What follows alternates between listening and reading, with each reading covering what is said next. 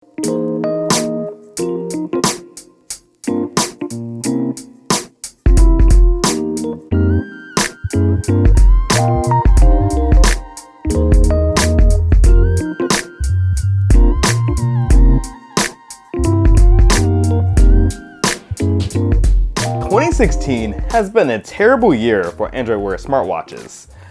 There has been no major releases, the Android Wear 2.0 update has been delayed multiple times, and Motorola, one of the largest manufacturers of Android Wear smartwatches, has announced that it has no plans for a new Moto 360.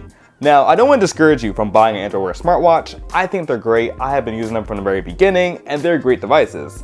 But I just want you to know what you're getting into before you actually buy one. Now, in any case, the only smartwatch that I can recommend to you is one I recommend to all my friends, and that is the Huawei Watch. There is one thing about the Huawei Watch that you can't deny: the aesthetics. Oh my god, guys, this watch is sexy. It has aluminum all around the sides, a real leather band that you can replace with a metal mesh band, and overall, this watch looks more like an actual watch than a tech gadget. Now, when it comes to the internals, it has a Snapdragon 400 with 512 megabytes of RAM, 4 gigabytes of ROM space, and a 300 mAh battery. Now, this is not unique to the Huawei Watch. In fact, most of the latest generation Android smartwatches are rocking these internals.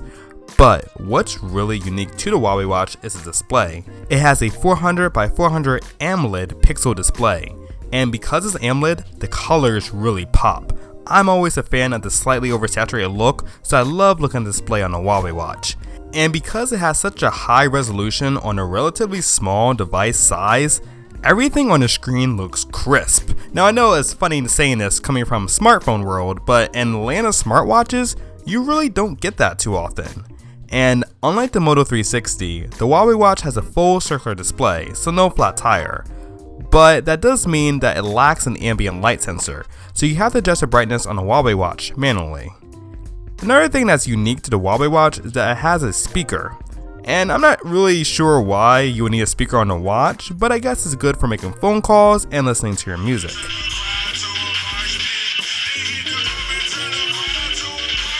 I really do like the Huawei Watch, but it's not perfect. There are a couple things about this watch that really bother me. I would say the biggest thing is the vibration. It's more of a sound and less of a vibration. It's very weak and you can hear it from like across the room. And secondly, it's a charging mechanism. So this does not use wireless charging, it uses the pen charging. And what's annoying is that you could put it on a cradle, and even if it snaps into place, it might not actually be charging because the pins aren't aligned.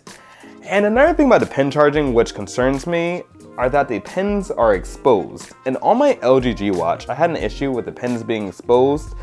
Basically, sweat got into there and it caused corrosion. And because of that, the watch simply stopped charging over time. So I'm hoping that this does not happen with the Huawei Watch. So if you're looking for the best Android smartwatch that you can buy right now, I would definitely say get the Huawei Watch. I've been using it for 2 months. I absolutely love it. I have no regrets with buying it. Right now, it's the best watch you can get.